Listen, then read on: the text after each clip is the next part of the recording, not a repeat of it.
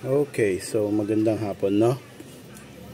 Nandito na naman at nagbabalik ang inyong self-proclaimed watch collector. So meron tayong unit dito, no? Galing na naman to kay Paring Joles. Joles, no? Shout out. So, thank you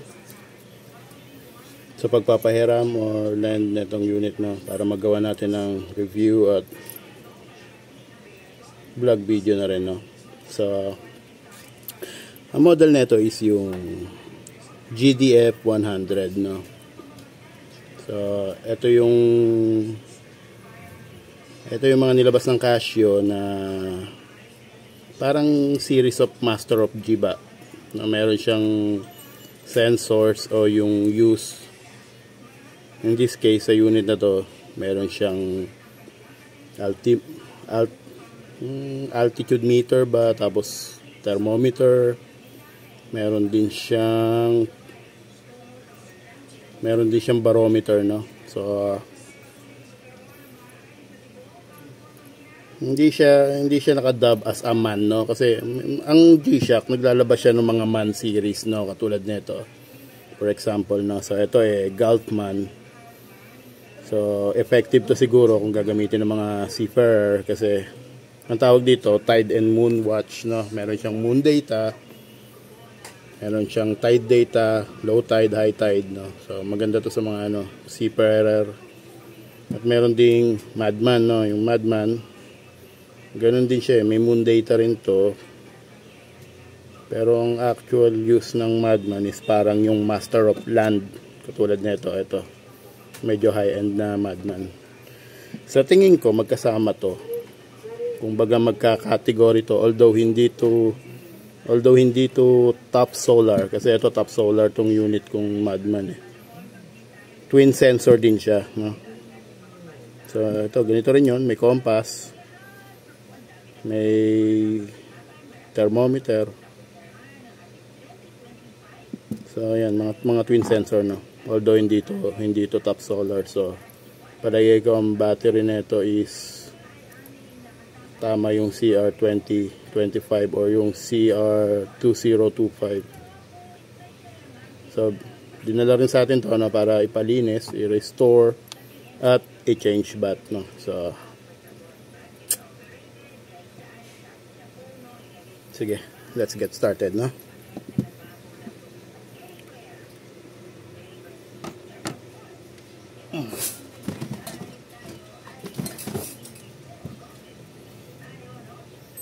So as usual, no, dating gawin, no, kakalasin natin, lilinisin at papalitan ng battery.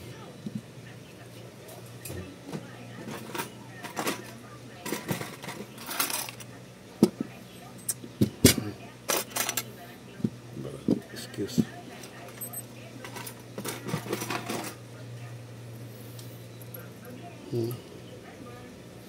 So ayan, no, pang before and after, no. So sa tingin ko, siguro pan-trekking din tong relo na to, no? Kasi nga may altimeter. Siguro kung papanik ka ng bundok, useful to. Kasi meron siyang barometer para mabantayan mo rin yung atmospheric pressure. Tapos may thermometer, no? So adventurer, no? Ngayon, ang impression ko naman dito, since kulay pula, para siyang gamit ng rescue na naka-helicopter, no? Parehay ko doon ang use nito, tingin ko. So, ganun ulit, no, dating gawin. I-disassemble lang natin muna, tapos papalitan ng battery. Same procedure lang. By the way, kanya din yung GA100L, no? Diyan, i-flash ko dyan, no? So, sa kanya din yun. Isa lang may-ari na ito, no? Kaya lang, sige, kalasin mo na.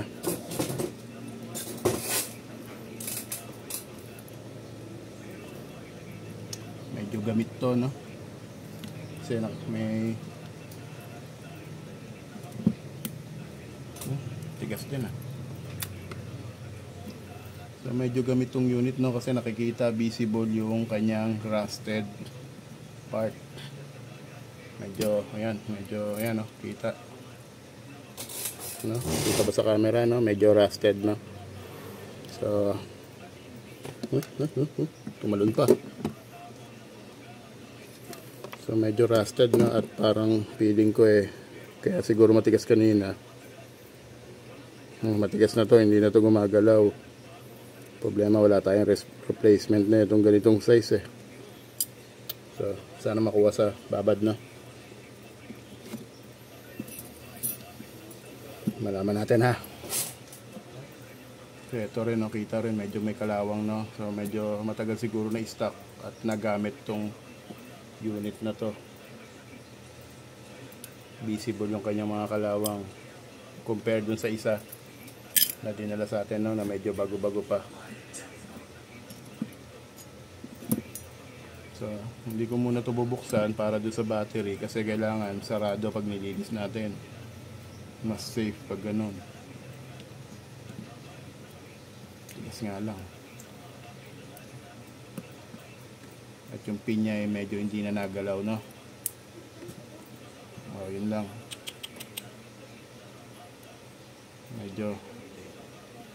Medyo bad look, no, ang kanyang pin. Pare, medyo kung gaano kaganda yung una mong unit, medyo ano to, medyo nabugbog yata ng konti ito,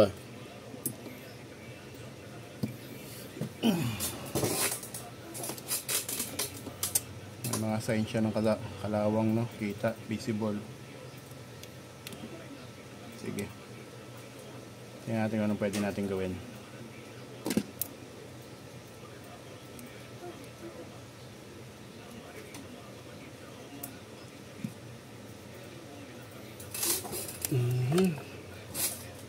Oras na ba?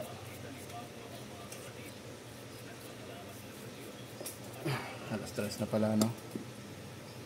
Kailangan makalas ko to para ma-confirm ko kung totoong CR 2025 or CR 205 ang battery na ito.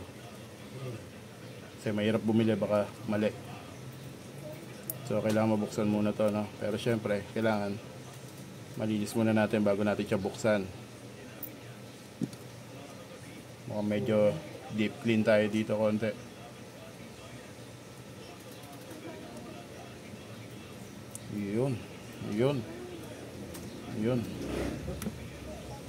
Yun, medyo may history of the Orient, no?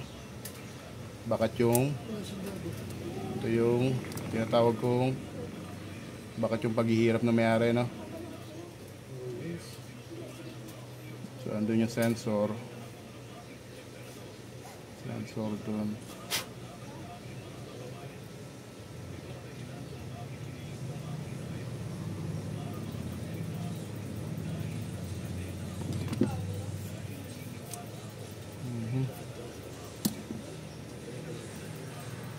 So yan, pwede na tayo mag-proceed sa linis. Tayo saglit.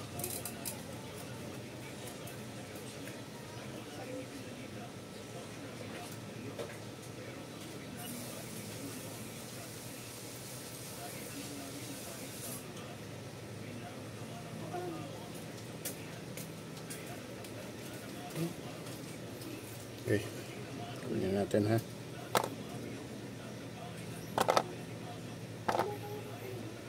So, cut muna natin yung video, ha, para hindi masyadong humaba. Okay, so we're back, no.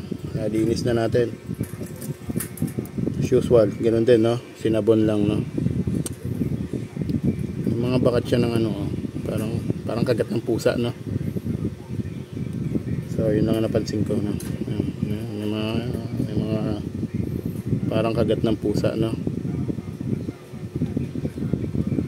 Hindi ito aso, kasi ako sakali. Okay naman, no.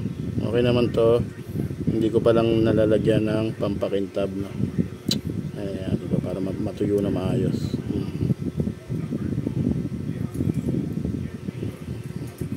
Ito yung cover ng sensor, yun. So Yun lang, no? Medyo yun, may kalawang doon. Nilinisin pa natin. Tsaka yung peanut kinalawang. So, yun, no? Medyo may kalawang, no? Again, no? May, kumbaga, hindi porket G-Shock hindi nakakalawangin, no? Siyempre, kada gamit na ito, kailangan din natin siya bigyan ng attention or kahit papano proper maintenance and care. Ayan, kung makikita nyo, papakita ko lang, no? Ayun, kalawang, oh. Meron pa. So, I presume pag binuksan ko to, meron pa rin, no? Hindi na hit to ng ating pagsasabon, no? Kasi nandun sa pinaka loob. So,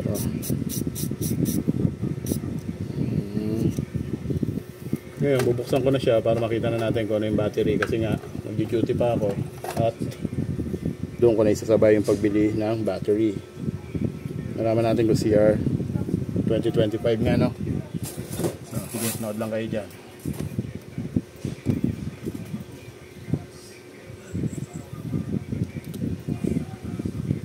So, kalawang din, no? Ay! So, yun, no? Kita ba? Kita?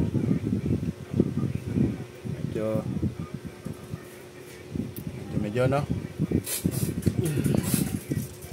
Kailangan natin ng pangontra.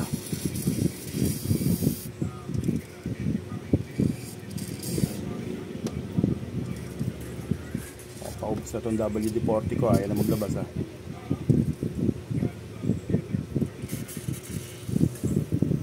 Yun.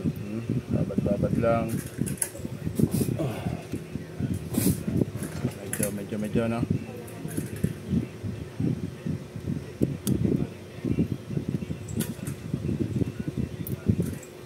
So yun nga, sabi ko, no, hindi porket G-Shock hindi na natin siya alagaan, no, bibigyan ng proper maintenance and care. Meron pa rin yan, no, take note. Kasi kung hindi, ayun, meron nga, oh, ayun. So lilinisin natin to at ito ay ibababad natin sa ating rejuvenator, no? Kasi mukhang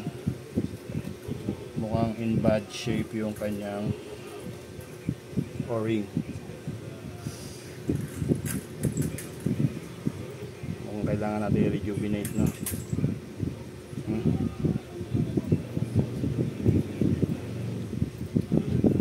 Kanyang gasket to, ito yung pinaka gasket.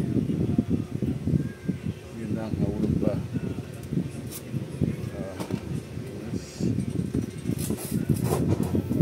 Kita nyo kanina, ang dumi, no? So, lilinisin natin to. Lalagay natin doon sa aking Magic Rejuvenator. Ayun, kinapitan na ng kalawang yung gilid. O, yan, ayun, madadama mo. Medyo dumikit na nga yung medyo yung mga kalawang, no, hinawa na. Nahulog pa. So yun na yung kalawang, no, medyo humawa na. So lilinisin din natin to neto, pero hindi natin pwede ibabad kasi baka matanggal yung buzzer, no. So ibang approach yun, hindi pwede nakababad. Ayun, ito yung pinaka buzzer kasi niyan, yung naririnig nyo minsan beeping sound, no, yung bang yun, ito yun, no? Ito ang gumagawa ng sound na yun, no?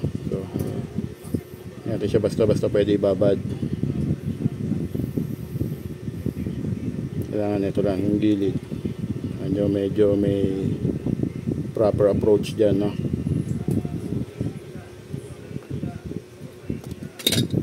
So, lalagay muna natin ito dito para mamaga ng konti. Ito tawag ng rejuvenate, na rejuvenate. Itong gomang to okay naman, hindi naman kailangan. Tapos itong spring, wait lang, ha.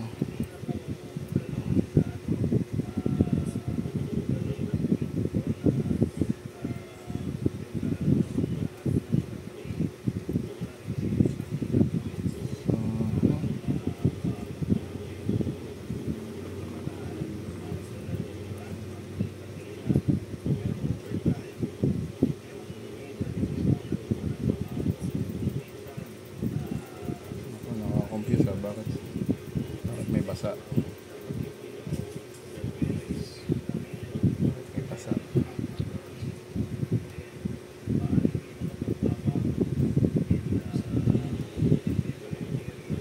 So yun yung sensor niya, yun doon, pupunta doon.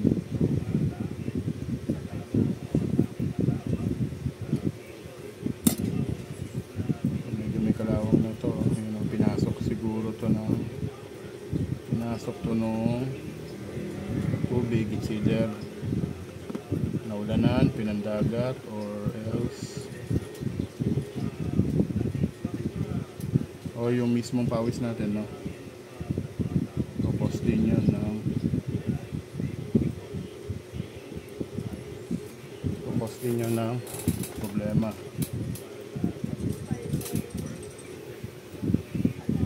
Kaya minamapping ko pa kung para saan to.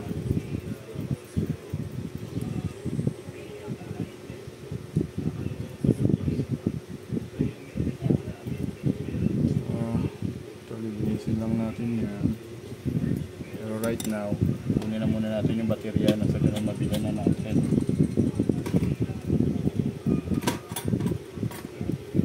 So malaki yung baterya niya, no? CR20, mukhang CR2025 na ang ginamit.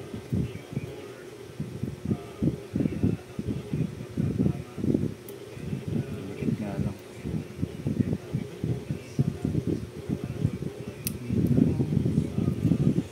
CR2025.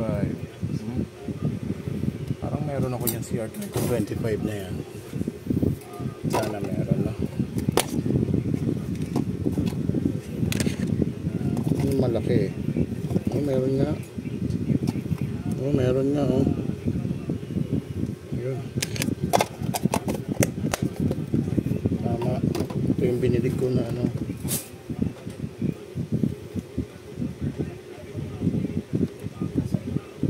Ito yung binili ko ng mali no, nakaraan nga kasi pagbukas ko pa. So testing natin. Pero hindi pa rin ito ang ilalagay ko, no? Bibili pa rin tayo ng bago, no? Kasi syempre nandito na to eh. Ang gagawin ko dito pang test na lang eh.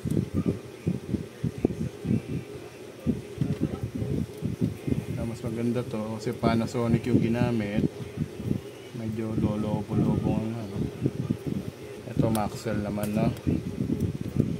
Pero hindi ito ang gagamitin natin, ha. Gusto ko lang makita yung kanyang na gumagana.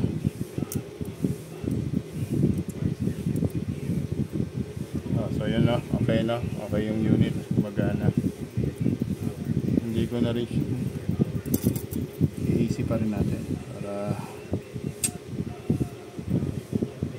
i-AC pa rin natin para sure. AC is yung activation or yung parang para makancel ko naman yung dating data, no? So ayun, yun din naman ang lalabas, no, pag in-AC mo to. Kaya natin in-AC para natin siya nire-reset, no? Kung makikita nyo 1-1 bago 12 to, tapos the rest bahala na. So ang importante gumagana, no? CR2025 ang kailangan. Bibilin pa rin natin kasi huwag na to, mas maganda yung bago, no? Ito yung nabili ko nung nakaraan kasi akala ko CR2025 din yung battery ng aking relo, pero hindi pala. Pero syempre bukas na to eh, huwag na to, bigyan na tayong bago. At least alam natin okay yung unit, walang problema.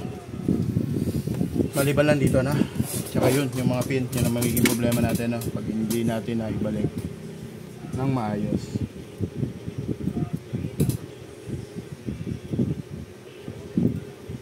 Ganyan lang dapat, hindi natin siya pwedeng basahin, hindi natin siya pwedeng kung ano man. Kailangan lang natin matanggal yung mga bakas ng kalawang, no? Tapos yung yun nga, yung binabad ko yung ori. Bakit isang kalawang na to, ah? Parang matagal na to dito, ah. Nagsettle, ah. Mukhang lumubog to kung saan, ah.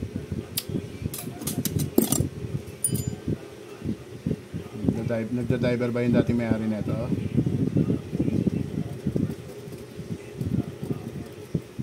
So again na, shout out sa mga ano dyan, yung gusto rin magpa-restore, no? Pwede. Padala nyo na sa akin kung ano, message nyo ko dyan, comment kayo dyan sa aking video, or andun lang naman ako sa may Carlos Drag, no?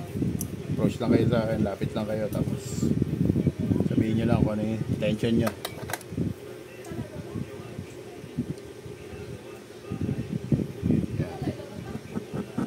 Maingay.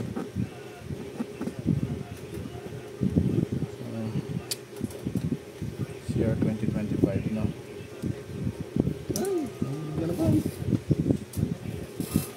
So ibabalik ko na to, no? Hindi ko naman kailangan ng example doon.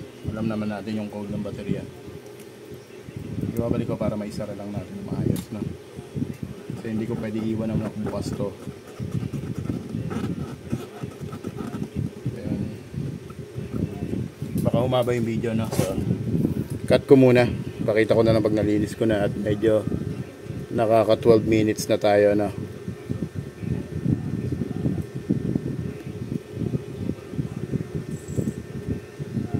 So, stay tuned lang muna kayo dyan, ha. Pakita ko na lang pag medyo finished product na. At yung magre-reassemble na tayo ulit. So, okay, no? Good evening. Inabot na tayo ng gabi. Uwi lang natin, no? Galing sa duty. So, ito na. Nalinis ko na yon yung mga kalawang. Wala na ibang problema, no? Bukod lang doon sa mga kalawang, no? Nakakuha naman sa linis. At yung strap and bezel na linis na rin natin, no? At pati yung sa pinaka core. At nandito na rin yung baterya, no? Nabili na rin natin. Papalitan na lang natin, no? Tapos hindi ko close. Hindi ko pa kasi na-applyan ng pampakintab, no? So ito na yung bagong baterya, no?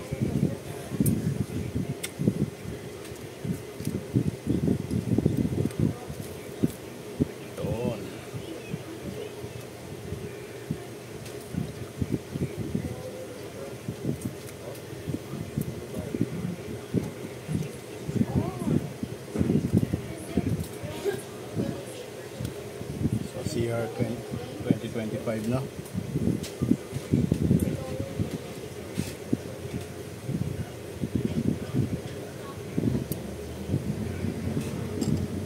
So, alisin na natin yung luma uli. Binalik ko muna yung luma para maisara, no? Kasi para ito yung luma. Panasonic ang ginamit. So, ito yung bago Maxell, no? Para mabuhay na siya.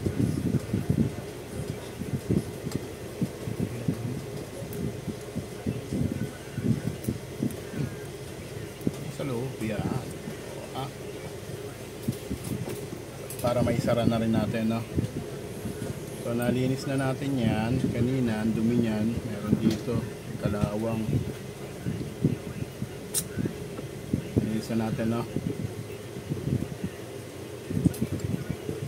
Medyo madumi ng konti. Yan,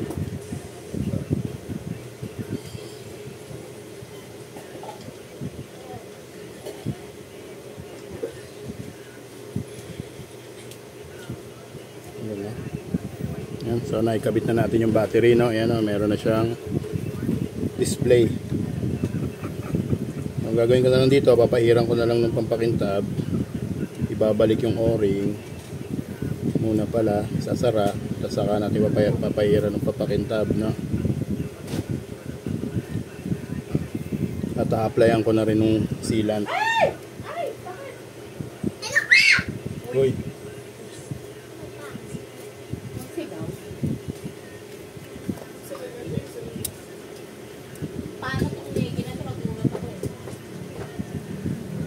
Huwag gulatin kasi kayo.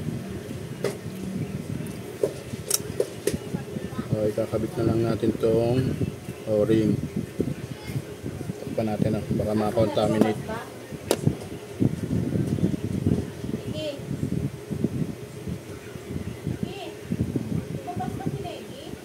Solo lang natin to.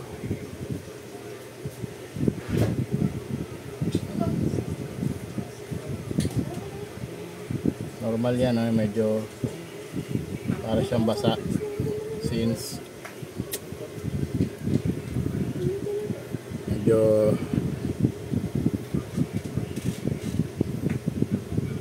luma na yung o-ring, no? So normal lang yan na may iwan yon yung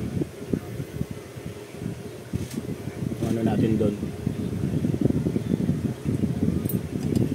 Sasoli lang natin to.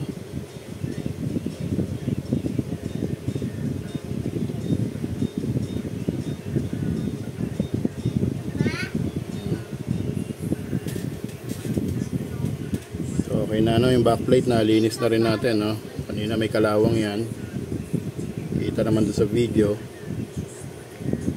kasi nga mukhang gamit na gamit, as well as yung screw din, no?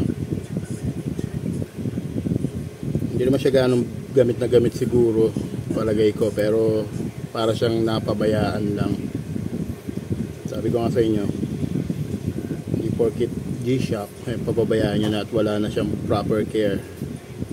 Ngayon, time to time magkakaano yan, yung kakakalawang. Hindi naman niya kasi pwedeng purong stainless. Maganda lang dito, tulad yan, pag nilinis mo kahit pa paano, buwabalik siya sa kanyang mahusay na kondisyon, no? So kanina ito yung pin, buti na lang nakuha sa linis tsaka sa babad, no? Kanina kasi yung isang part hindi na lubog, ngayon parehas na, no? Okay na, no? Pati yung isa, akala ko magpapalit pa tayo ng pin, wala pa naman nakahanap na ganyan, iba sakali. Meron pero yung manipis ang ibabalat na yung replacement. Ako ayoko nun eh.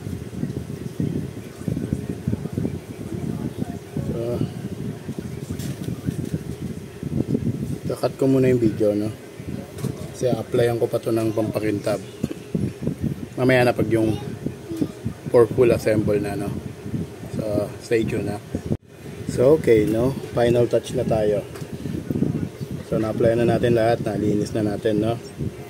So kung mapapansin nyo, ayan na, makintab na siya, no? So assembly and final touch na tayo, no? Nalinis natin. Ang gagawin natin, unahin natin to. Ito yung may sensor. Just be careful lang, no? Kasi huwag mong pipilitin pag matigas. Pwedeng mabali yung kanyang button, no? Yun. Ha? Yun, no? Okay.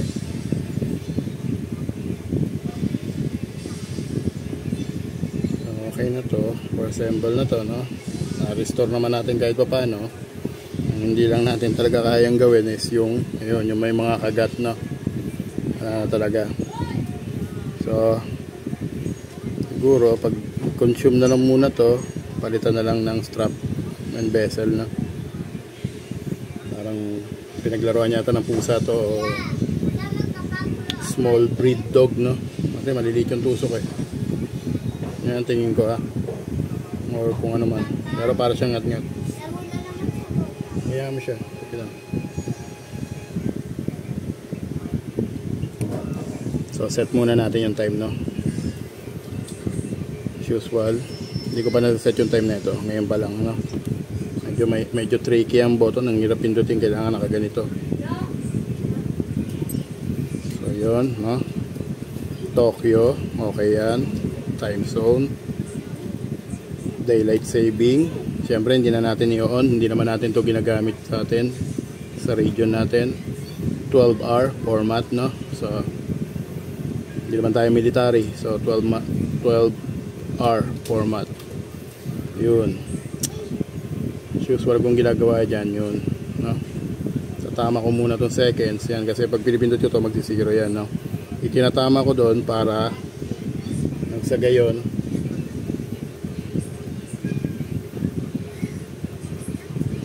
hindi siya lilipat-lipat, no? So ganoon ang style ko ng pagsiset ng time, no? So antayin ko lang siya mag 50 doon, isisync ko siya ng 00, huhulihin ko yan ng parang ganito, yan.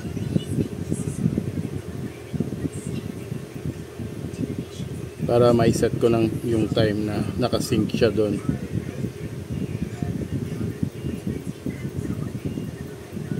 Kaya na, medyo tatagal yung video ha.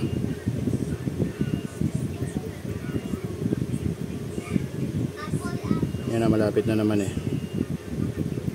55, 56, 58. Sync. So, okay na. 0. Saka ako magmo-mode. Sabi 7 PM. Isa lang ang button, no? So, pag lumagpas ka, ang mangyayari siguro, ulit ka na lang hanggang doon. Wala siyang button dito eh. Although may nakita ko pindutan doon. Hindi ko lang sure kung bakit at paano ginawa sa model. Pero may button siya sa loob. Na, ewan ko, it's either hindi na pinapa-access or siguro sa ibang model naka-access yon. Kasi ganyan ang G-Shock eh. May ibang model, may iba siya nilalabas sa model. Yung features, no? So, okay na. 732. Mode uli. So, ang year niya ay nasa 2010. 25 tayo ngayon. So, isaset natin doon. Yun. October. So, kung hindi ka sigurado, lagpas mo. Pag pumalo siya ng 12, di ibig sabihin yun yung month. October, no? 10. Kaya ngayon. So, 25. So, ito, definitely, ito yung date o yung petsa, araw, no? So, as usual, ganun pa rin ang gawin natin, no? Kung hindi ka sigurado, 20. Ano lang ba, may 30 tsaka 31, di ba? So, ganun lang. Kung magkapalit man yan, ganun lang. Ginagawa ko dyan.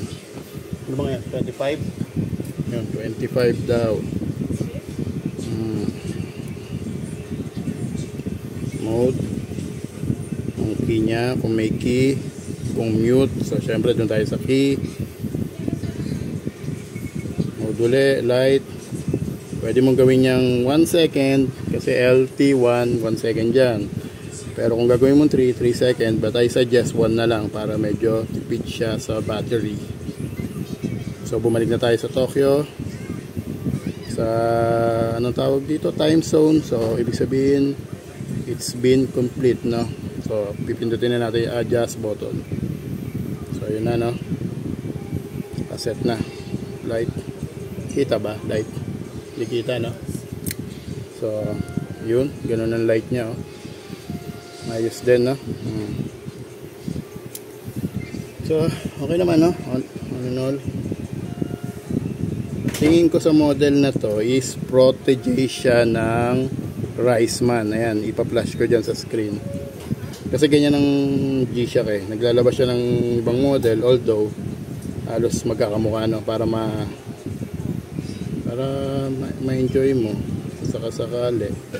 Kasi ito, although twin sensor siya, pero hindi naman siya top solar at hindi rin siya multiband 6, no? So tingin ko siguro, kumbaga sa Madman, ito yung Madman, hindi siya top solar, hindi rin siya censored o yung wala siyang sensor, no? Pero may nilabas ang Madman na may sensor at top solar. So may twin sensor, no? Parehas to, twin sensor to eh. Ayan, no? So malaki, ayun, twin sensor, no? So ito rin eh, twin sensor, no? Top solar. Tapos may nilabas din ganitong model, yan, kaparehas kamukha na itong King of G. May nilabas na model nito na multiband 6. So multiband 6, no? Ulitin ko lang, no? Multiband 6, ayun lang naman yung receive o yung sa Casio Tower na kusa siya nagko-correct ng time. Atomic timekeeping kung tawagin, no? So pag nagpunta ka na ibang bansa, kusa na siya magko-correct, or kung na-outdated yung relo mo, kusa siya magko-correct kung multiband 6. Pero ito, ibig sabihin na to, ito yung palagay ko, hindi Hindi ako ganun ka-sure, pero para siyang protege or submodel ng Riceman. Itong GDF 100, no? GDF 100. Altithermo ang tawag pala dito. So, palagay ko, gamit to ng mga mountaineer. Kasi may altimeter eh. Kung gaano ka nakataas. May barometer para mabantayan mo rin yung atmospheric pressure. At meron siyang thermometer, no? So, ano siya, pang outdoorsman, no? So, balik na lang natin muna itong mga screw, no? At saka ako na ibabalik yung strap.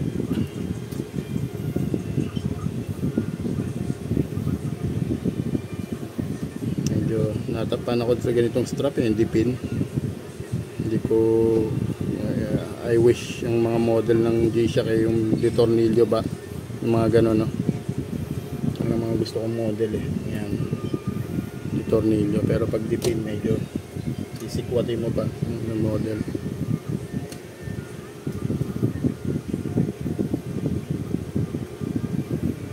So, okay naman, on and all, wala namang problema, no? Parang Jules, maliban lang doon sa traces ng mga kalawang. Minsan kasi kailangan talaga meron din tayong special na ginagawa. Katulad ko yung mga modelo ko, may mga ano yan, mga protectant din akong nilalagay. Ayan, katulad nyo, kakalagay ko lang nito yung pampakintab, no? Medyo substance yan na pinaghalo-halo ko. Siyempre secret, no?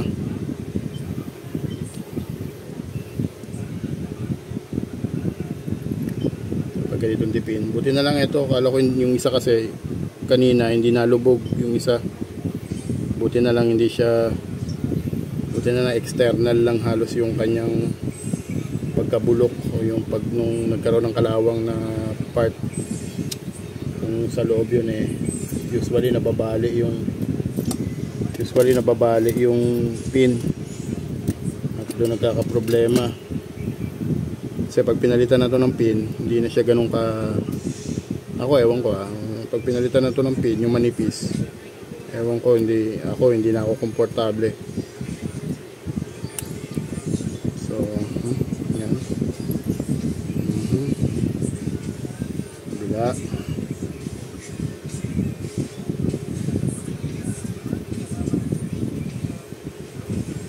Nga pala, no, turuan ko na rin kayo kung mag-storage kayo ng relo nyo, let's say nagamit nyo masyadong napalaban sa pawisan o kaya naidusong nyo sa dagat, tuyuin nyo siya, punasan nyo. Merong isang magandang ano kung saan nyo siya i-store, samahan nyo lagi ng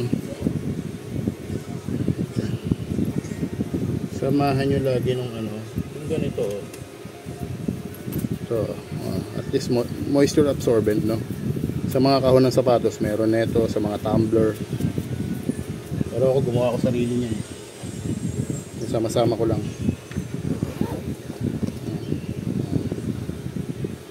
So andyan, sama-sama yan, may hinalo pa ako dyan para mag moisture absorber, no? Yun lang, para at least hindi siya kalawangin. So yun, change bat lang kanina, walang battery, tapos yung konting kalawang, ayos naman. Minabahan ako kanina, akala ko sira na yung pin na. So ito na, parin Jules, okay na to, ready na to bukas. Ganda pa, ingatan mo na lang. Ganda pa. So another, no? Baka meron kayo dyan, ganyan, no? At least na-featured natin sa video, no? Thank you for letting me this unit nga pala, na parin Jules. Salamat sa pagpapayaram ng unit at nagawa ng vlog, no? Baka meron pa dyan, bring it on lang. Okay na. So ayan, no? Ayan yung barometer nya. Kaya lang wala siyang ma-read, nag-error.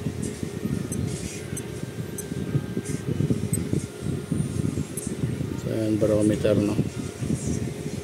Yun, lumabas na yung ano niya, lumabas na yung kanyang, siguro baka sa labas. Wala lang siya ma-read, no. Yun, no. World time, no. Ayun, dito yung kanyang world time. Teka, pinapalabas ko yung kanyang altimeter eh. Yun, altimeter. Let's see. Nag-error din ah.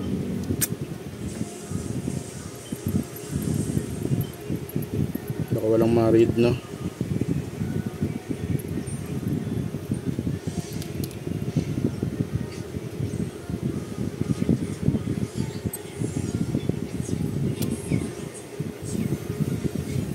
Kasi ito, compass, no.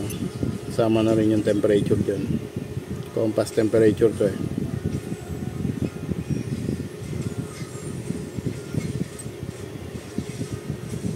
Thermometer tsaka compass. Walang altimeter to eh kasi madman, para siyang land base lang, no. So syempre sa ibang unit yung altimeter, so compass lang siya tsaka yung thermometer. Tapos yun na, naglabas na yung madman ng mga Madmaster. Ayan, ipa-flash ko dyan sa screen. Madmaster, ayan, yung may mga iba-iba pang sensor, no. So that's it, no. Ano and all, maganda pa, ayos pa yung model.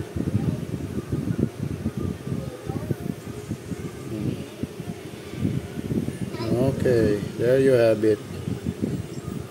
So thank you ulit sa panonood, no. Ingat palagi, keep safe, God bless.